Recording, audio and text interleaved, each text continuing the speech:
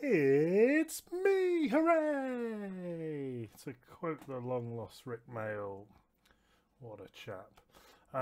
Okay, so tutorials on Pilot Navigation Part 2, VORs. So, first things first, what is a VOR? Well, over to Wiki we go. If in doubt, look on Wiki. A VOR looks something like that. Well, that's a DVOR, which the majority are these days, but don't concern yourself in that just yet. But a VOR is a VHF, so that's very high frequency. That's the radio frequency, or the band, should say, that these things operate in. Omnidirectional range, so VHF omnidirectional range. Looks something like that on the ground. These are really easy to spot in Flight Sim. And, well, let's get into it, I suppose. So let's just read the first sentence. VORs are a type of short-range radio nav system for aircraft. We'll define short range.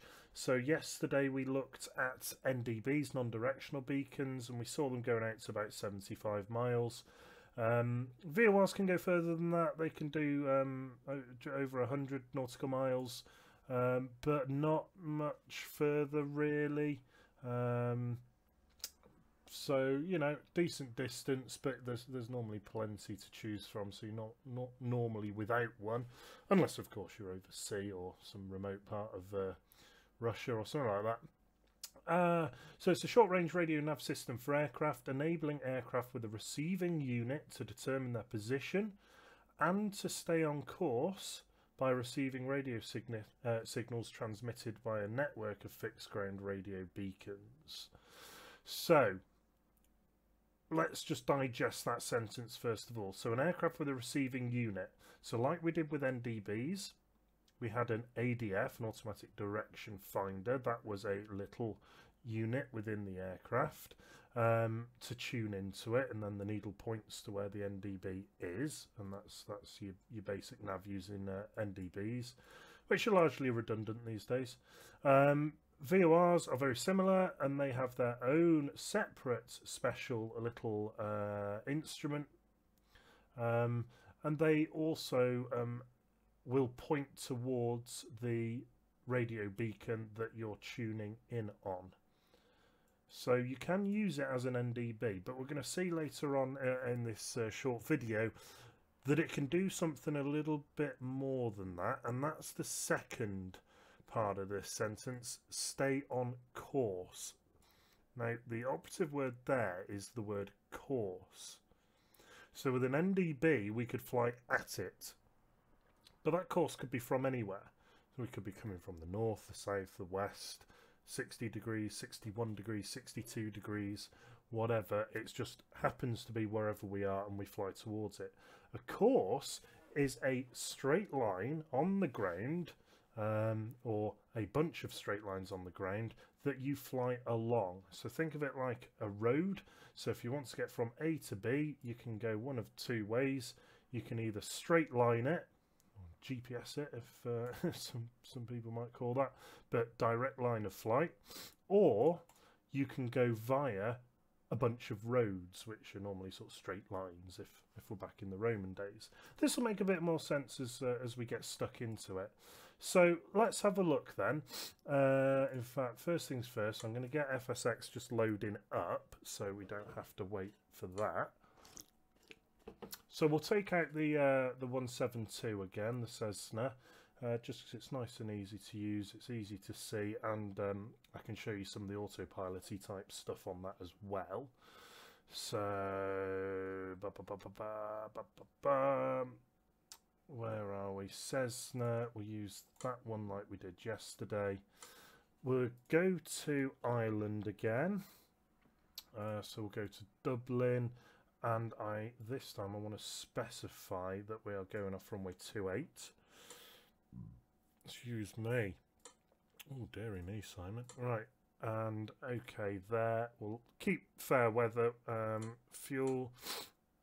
I don't need full tank of fuel. It just makes it heavy. So we'll take 50% fuel and we'll hit fly now. Right, okay, back over to plan G. and we'll have a look at some of the stuff on here. So remember, Plan G is a bit of freeware software, fantastic bit of freeware software, covers the whole world. As we can see, if I zoom out, it is a little bit laggy. That's the only downside to Plan G, but you know, you can't moan when it's free. And it shows you airspaces. You can get more detail up than I'm showing here as well. So you can use it for VHF. Oh my gosh, VFR, visual flight rules, and you can stay outside of controlled airspace and so on and so forth. And you can use it for IFR, instrument flight rules, which basically just gets rid of some of the extra noise of the things that you don't really need to look at. Amongst other things, I'm dumbing it down a little bit here. So that's Dublin. Let me show you on Sky Vector. It looks exactly the same. Now a VOR is marked by this symbol here. Okay, this one here, let's bring it up on the screen. Okay, that's a VOR. You very rarely see that. There aren't many of them. What you normally get is a VOR DME. VOR, so VHF, omnidirectional range, DME. Now, I briefly mentioned this yesterday. It's called distance measuring equipment. We're not going to use that today. We'll do that in the next video. But the only difference being it has a box around it. You may also sometimes see these. These are quite dated as well. These are Vortex. These are military predominantly, and the military tends to use Vortex. And again, we'll cover those in a later video, but it'll only be a glancing visit because they don't do much different really. So if we look on Sky Vector, we can see these little symbols here that we showed. So these are VOR DMEs. But for what we're going to talk about today, they're exactly the same as a VOR. They just have an additional function as well, and it's up to you whether you use it. Today we won't, tomorrow we will. So we've got Dublin VOR here on 114.9er. You've got the Morse code here as well, so we can listen in on the frequency and make sure that we're actually tuned in to the one we expect it to be. And we also have the Collinstown VOR 111.2 and its Morse code identifier there as well. And remember, back to yesterday, these ones with the dotted concentric circles, these are the NDBs. We won't use those today. We did that yesterday. So back to Plan G. Remember, if you want this software, I'll put a link down in the description below, but just Google Plan G. The link's on yesterday's video as well. I'll just copy it straight over. And we're going to use the Collinstown VOR and the Dublin VOR today. So what can we do? Well, something we can do that's quite cool on Plan G, we're going to take off 2.8 and then we're going to go up to the Dublin VOR. Now I want to get to the Dublin VOR at a particular radial. And I want to come inbound at, say, blah, blah, blah. Let's have a look. So we'll take off. We'll come in at probably about, I don't know, 10 degrees. 010. Distance, we'll just put 20 miles for now. Oh, I've clicked the wrong one, didn't I? Show radial, 01020. No. Push that out a bit. Yeah, that's better. It gives us a bit more of a takeoff. So what I've done here is I've drawn what we call a radial. A radial is a straight line that centers at the place or thing that you are referencing. So in terms of a VOR, this is an inbound radial of 025 degrees to the Dublin VOR. That means if we're ever on this line and we fly along that line, that course, we will always be tracking along the 025 radial into the Dublin VOR. If we go off to the side, we know we can't be on 025 will be coming in either steeper, so if we're sort of over here it might be about 40 degrees, and if we're down here it might be, you know, a 350 radial or something like that. So we know, or we can find out, that we're exactly on this line, exactly on it. So just think about that for a moment while I have a sip of my cider. Excellent. And we can do the same thing outbound as well. So we're going to want to fly out due east, 090, leave 20 miles, that's just how far plan G draws the line. And that is our 090 radial out. Don't forget, this isn't completely horizontal on here because we're north of the equator, so on and so forth.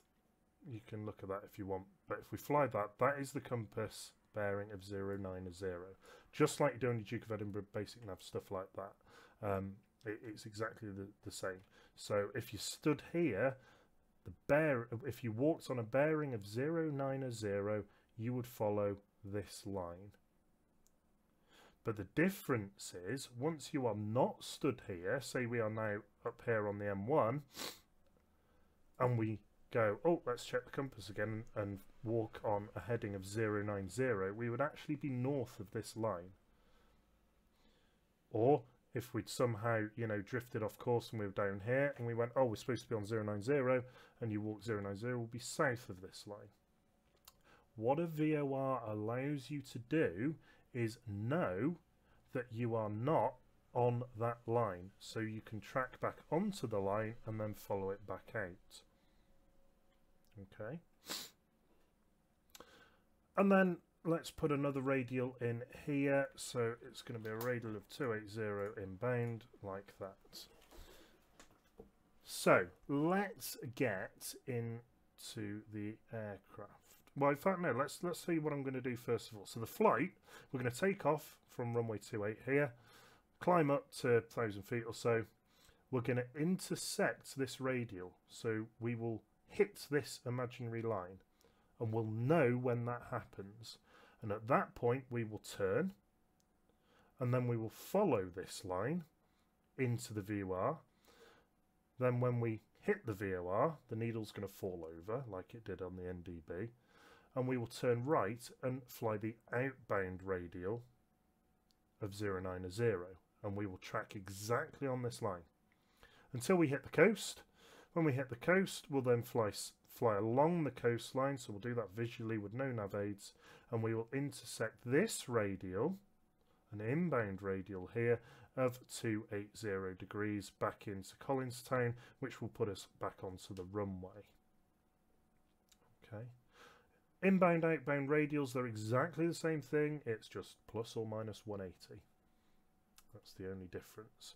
So in Plan G, you can just hit the button and it automatically adds 180 or takes away 180. Or it doesn't matter which one, you just, if you hit 360, you go back to 0. So that doesn't do anything special. So, right, first things first, let us get the engine on before my battery dies. Flick some lights on. We're flying offline again today just so I don't have to worry about any of this stuff. That's good. Fuel's on.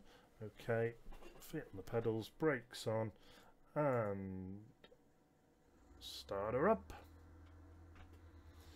Excellent. Right. Okay. So while the engine warms up then, we'll look at tuning some of these things in.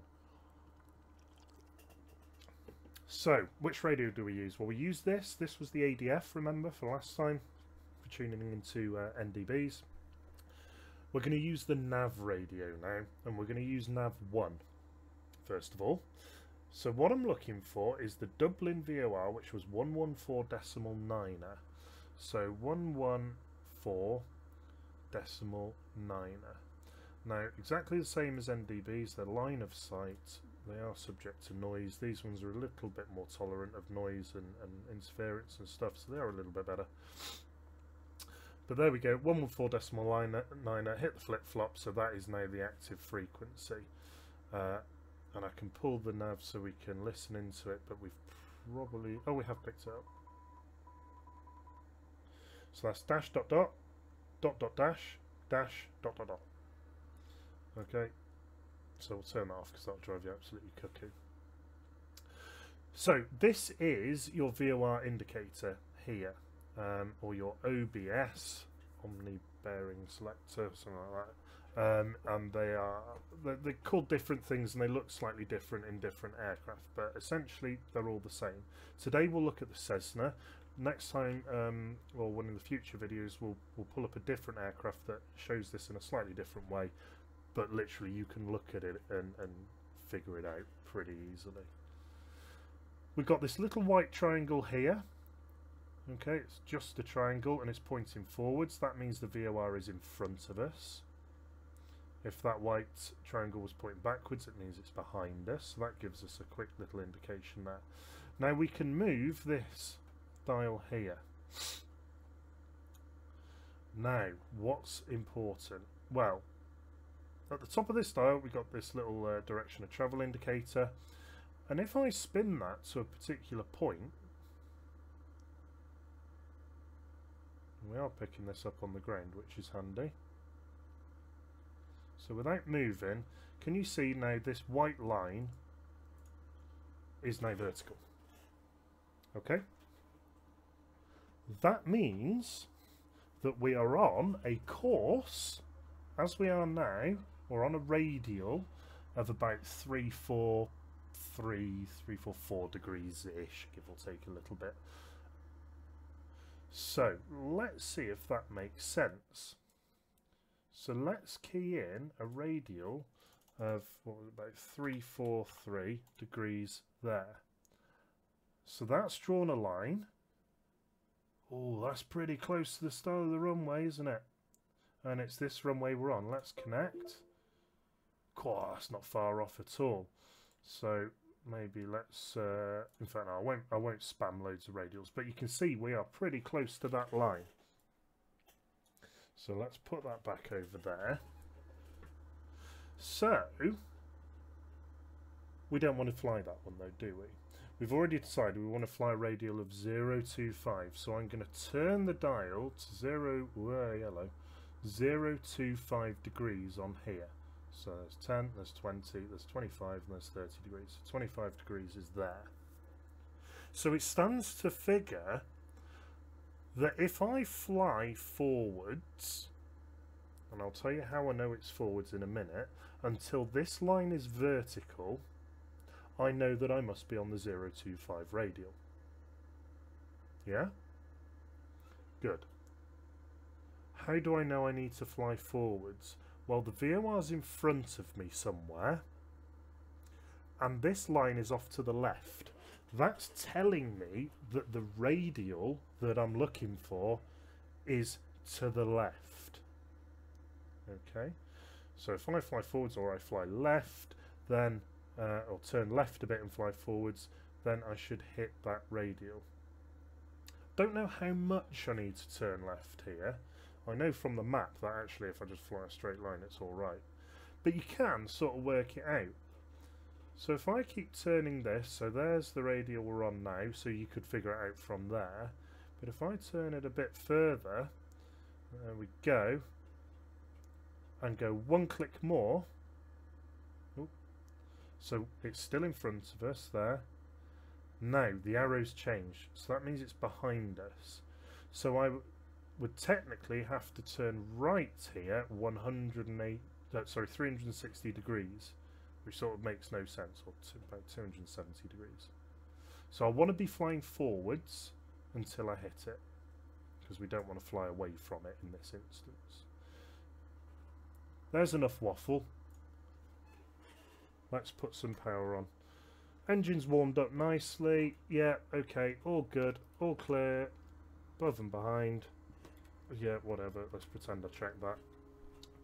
And power to the masses. So there we go, just going for the torque steer a bit there. Lovely, and we are off.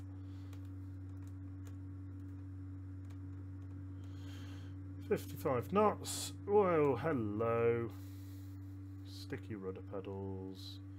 And we're up. So I'm going to trim for the climb. need to poke myself up here. There we go. And I'm looking to see the horizon nice and level. I can see the runway centre line there. We're following along there. There's no wind, so we don't have to worry about wind today.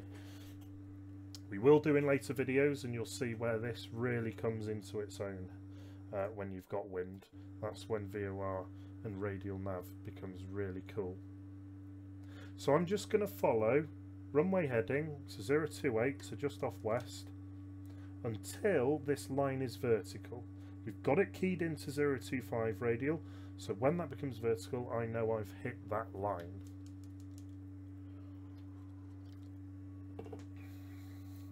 And just as I did yesterday, I'm going to stick the autopilot on so it leaves me free to show you some of the stuff that's going on here. So we'll do that, we'll do that, and we'll do that. And we'll pull back for climb power. And there's heading 028. Okay, so away we go. You'll notice there's also a GS there, and it's redded out, which means no signal. That's for glide slope, that's for an ILS approach. I'll show you that in a later video as well. And we can see this second dial that looks very similar here with nothing on it. That's the nav2 radio, or the VOR2 indicator, as the pop-up shows you there.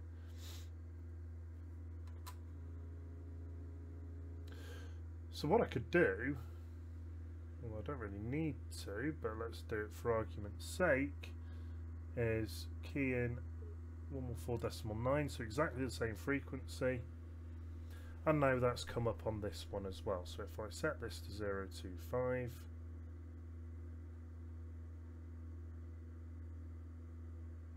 there we go. These two should both show exactly the same thing now. We can see the vertical line is becoming less diagonal and becoming more vertical. That's as we get close to the radial. See, we're getting close to the line now.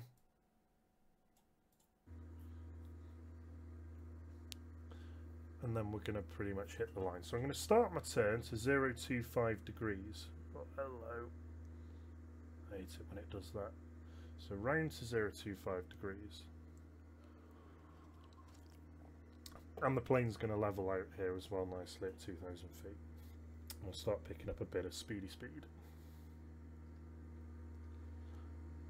Lovely jubbly. Now what can we see here? We can actually see the vertical line is off to the right. That means, and if we look at our compass, we're actually heading 30. We're heading towards the VOR, but on a heading of 30. Well, that's not what we wanted. We wanted to follow the 025 radial in. So what we can do is if we turn right a little bit towards the radial, so we know it's on our right hand side, that line's coming vertical now, and that's it, bob on, and then I can turn back to 25. Might have just overshot that a bit. Pretty good, and we can now see, now we're straight and level, our heading is 25 degrees on the compass. So we are following that radial pretty good. Just off to the right of it slightly, so I'll just bring it round a little. So if that line is vertical, we know we are on that the radial. So unlike an NDB that we just knew we were flying towards it, this time we know we're actually flying on a particular course. And if we look at that, we're looking pretty good here. Looking pretty good. Just like the NDB, the closer in you get a bit twitchy. But what you can do is you can fly on the autopilot. So rather than heading hold, I can tell the autopilot, make that line vertical and keep it vertical. Just by hitting that nav button. And that's what it'll do regardless of wind, anything else like that. It will just constantly make sure that that line is vertical. And Cessna, that goes off nav 1, I should say. I'm going to show you a nice little artifact of VOR navigation here in a second. So flick back to heading hold. I'm going to start my right turn because we're getting quite near to the VOR. See, it's got really twitchy now, and it's gone. That means we are directly over it and it's fallen over, just like it did yesterday with the NDB. And can we see the VOR? Can we see it? Can we see it? It was off our right wing. Oh, I can't see it. That's typical. After I've said it's really easy to spot. We're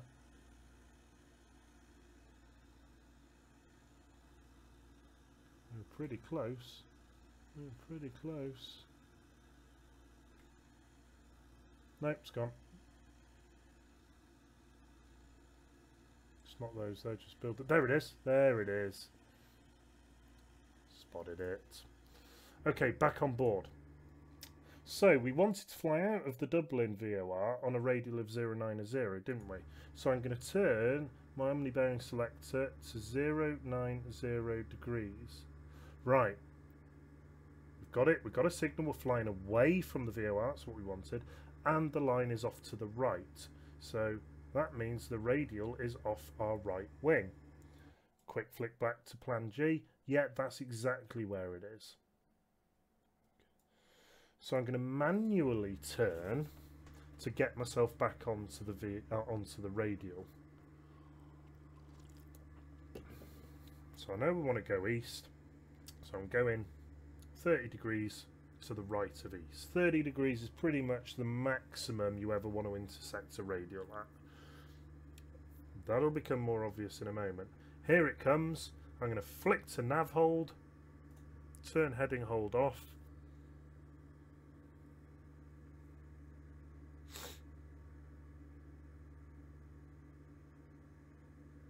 And the aircraft's turning into it. This is getting more vertical. Oh, it knows it's going to it's swinging around too quick, so it's going to start turning left. The aircraft doesn't know what we've got this OBS set to. All it's doing is just going, right, is the line left or right? Okay, I've got to fly left or right. So all it's doing, dead simple. So I'm just going to let it fly this a little bit. It's actually done a pretty good job there, which I was hoping it wasn't going to do. But you can see we're flying this 09 radial. We're actually not flying on a heading of 09 at the moment. So we're pretty close to it. There it is, bang on vertical.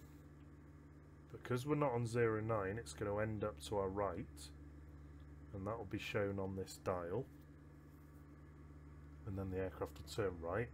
And it will just go backwards and forwards until it eventually settles bob on.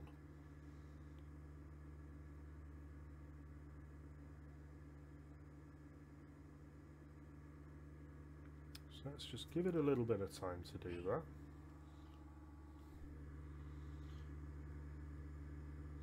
Admire some of the scenery. How lovely.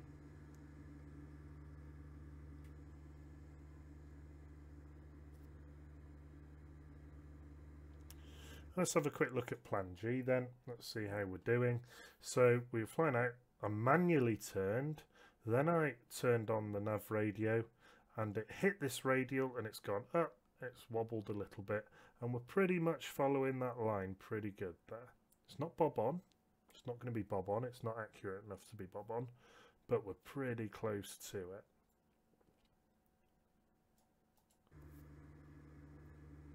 And it will keep doing that until it loses range. Which for the Dublin VOR is 100 nautical miles. And the Collinstown one, so the one that we're going to go on to next, has got 150 nautical mile range. Line of sight, of course.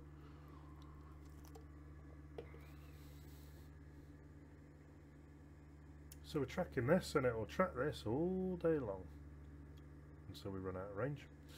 But we're over the coast now. So I wanted to follow the coastline. So let's do exactly that. Thanks autopilot, you didn't quite have the aircraft trim there. So let's start a nice little turn Oh, if my rudder pedals wouldn't stick quite so much.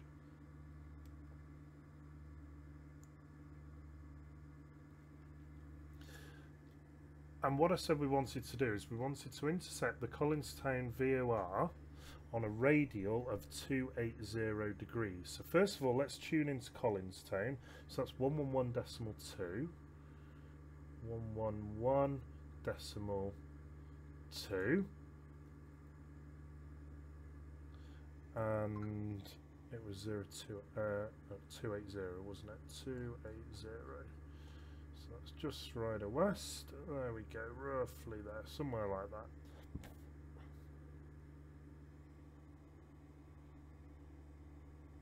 One decimal two. 111.2. Why are we not picking that up then?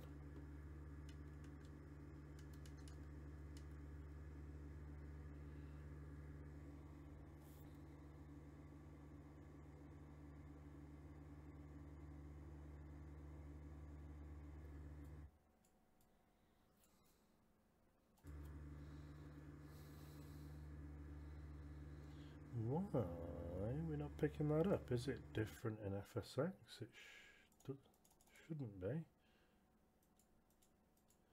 Oh, it doesn't exist in FSX. It must be a reasonably new VOR.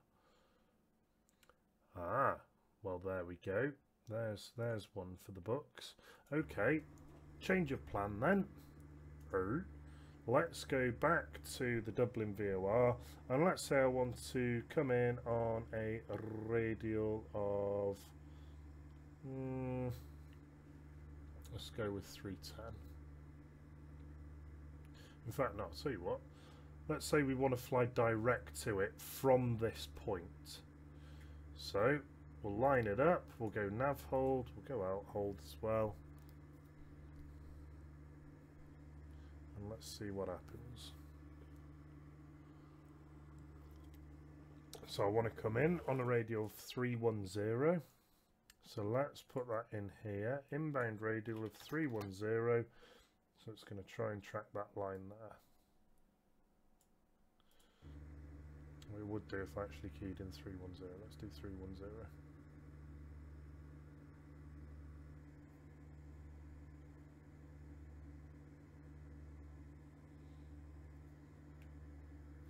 Okay, so the radial is off to our left, and we can see that on the indicator that the radial's off to the left. So that means we need to fly left a bit. And what the aircraft will do is it'll try and intersect that at around about 30 degrees. Don't want to go too much steeper than that. And hopefully this time I'll be able to show you why you don't want to go too much steeper than that. In fact, if I override that, override that with a heading hold. So let's intersect this at about 50 degrees, 60 degrees even. So we are now trying to intersect this radial pretty much perpendicular actually. So I've got heading hold on and nav hold. So that means it will hold the heading until it gets a lock. And at that point it turns heading hold off and goes straight into nav. That'll be useful later on as well, when we, in a later video when we start looking at instrument approaches.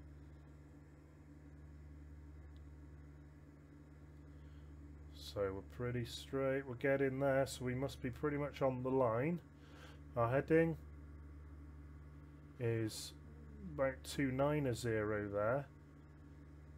So although we're on it, we're not actually travelling a straight line towards it, which is why we're in a gradual right hand turn here to intersect. And that's exactly what we can see happening here.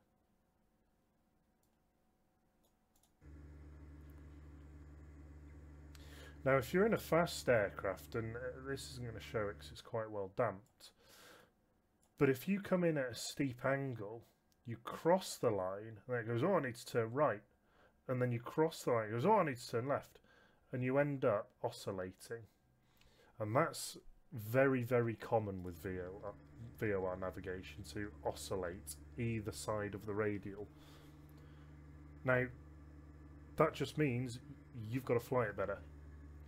The autopilot is only as good as it can be, and if you're oscillating, if you're going left, right, left, right, left, right, rather than just going, hang on, let's just turn right half the amount, intersect it, turn left half the amount, and then we'll bob on, and then we can fly in a straight line. Makes much more sense. So that is something to watch out for. Little Cessna like this clearly isn't doing that at the moment.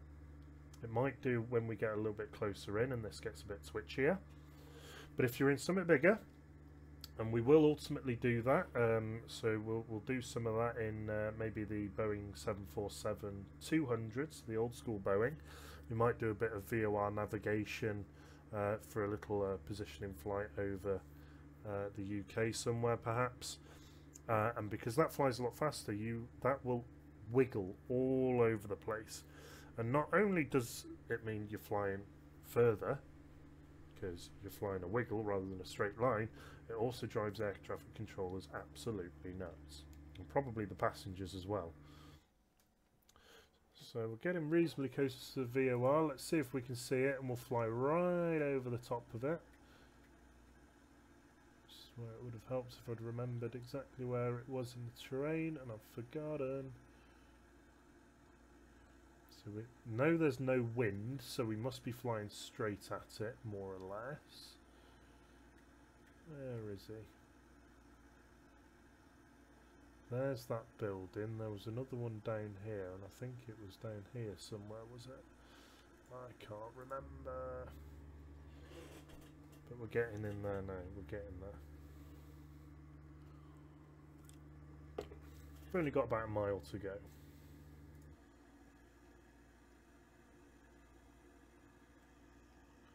Where is it? Where is he?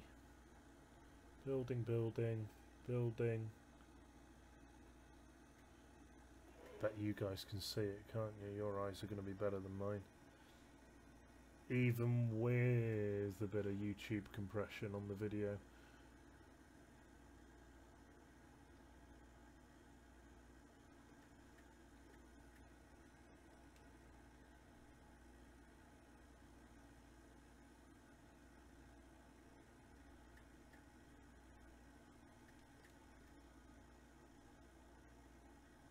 Oh, is that it?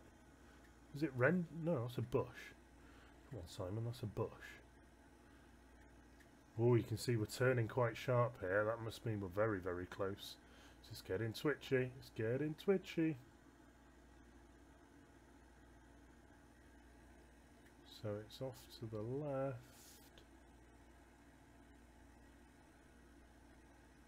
Where is he? Where is he? I want to show you guys what it looks like.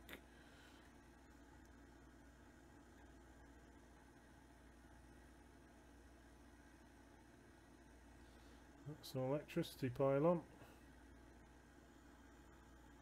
I think we might have overflown it.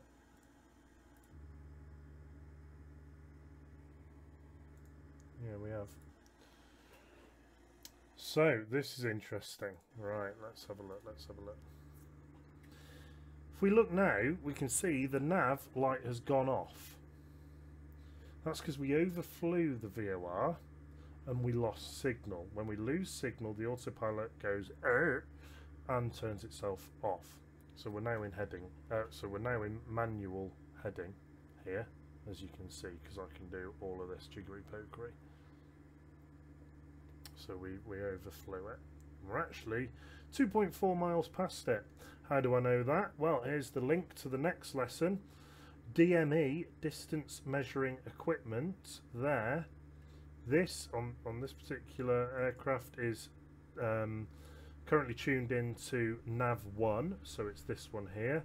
I can flick that to tune it to nav 2, although we've actually got both keyed in for the same, so it doesn't really matter.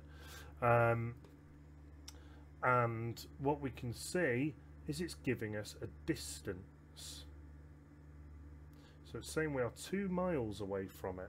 Now, that's something NDVs can't do, which is really, really useful. If you are in, if you're in cloud or something like that, flying instrument rules, it'll tell you exactly how far away you are from it.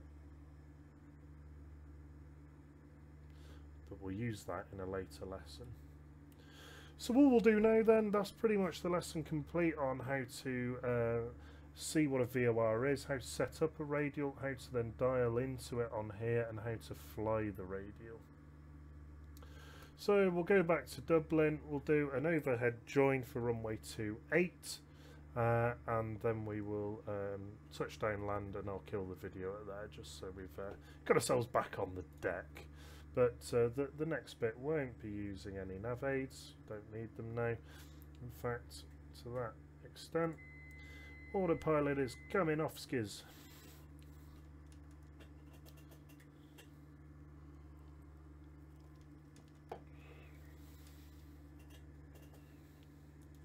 Whoa.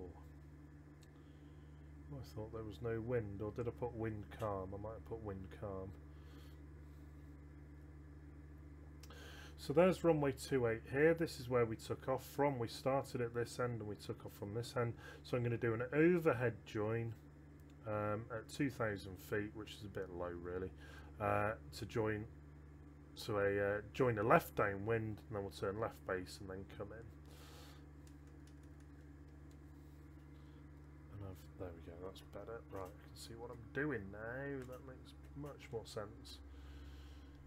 We'll keep the speed up. A little bit quick coming in on a circuit join at 110 knots, but we can slow it down. We can do that. Slowing down's not a problem. Not in this flying shed of an aircraft anyway.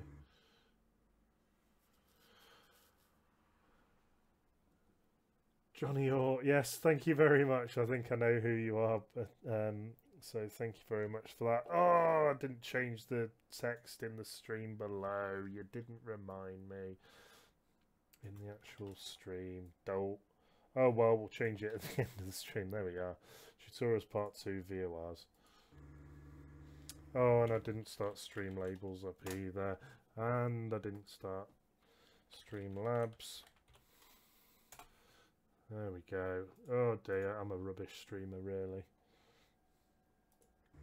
There we go. So now if anyone subscribes, you should get your name put up at the top there. So here we are coming in at a very rough 2,000 feet because I was too busy sorting the stream out. So let's get back up to 2,000.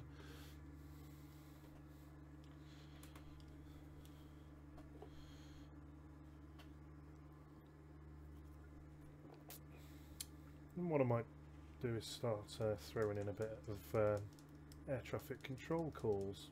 Why not?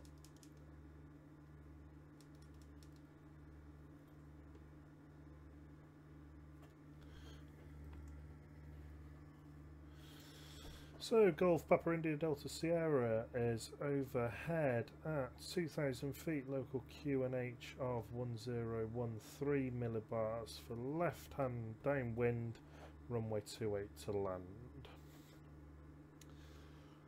Then ATC would say Golf Delta Sierra, Dublin Tower, join left downwind, report final. Join left downwind, we'll report final, Golf Delta Sierra.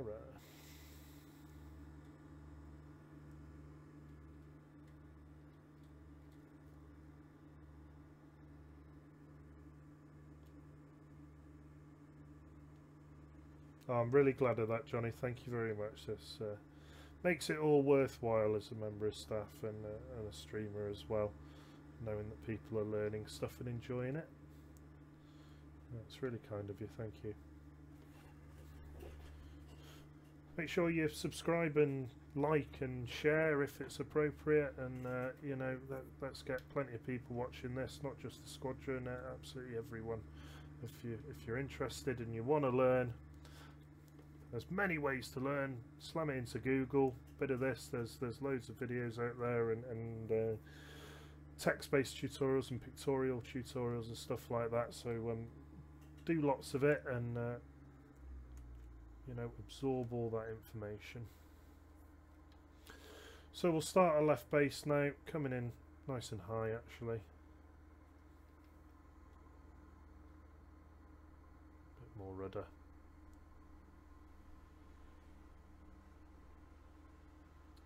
And because we're turning final, this is where we make our call, not when we're on it. So Golf Delta Sierra, final runway 28 to land. He says, although we're actually on base, I'd float out a little bit farther. Golf Delta Sierra, runway 28, clear to land. Clear to land, Golf Delta Sierra. Clear to land 28, Golf Delta Sierra, should I say. So, let's get the nose up to bring the speed back. Speed is more important than anything at this point. Once the speed's back, I can dump the flaps. And I'm going to dump them all the way. This is not a standard approach, I might add. This is me mucking about. And now the flaps are down. Now we can worry about height. And we can really get a good descent rate. Probably going a bit quick. I'd rather be at 60 knots than 70. So let's just bring the nose up a touch. Speed is what we want to control, not altitude. That's a tip for anyone flying. It's your speed you want to watch, not your height. So if we're back here at 65 knots, that's looking a bit better. And we're coming down nicely. Nice steep approach, that's absolutely fine. There's 60 knots. Right when we flare. Main wheels first and stop. Oh, and if I hit the brakes hard enough, we might even get off at Echo 4 here. One better than yesterday. So we'll clean up the aircraft, flaps are going up. Vacate the runway. Landing lights can come off. And strobe lights can come off. And there we have it. And we'll park up here because why not? So there we are, bit on VORs, following radials and stuff. That's a basic introduction. We'll take it to the next level in coming lessons. And next time we'll look at the DME, which is giving you the distance, and we'll look at what's called the localizer. And we'll see why the localizer is slightly different from VORs. But until then, thanks for watching. See you later.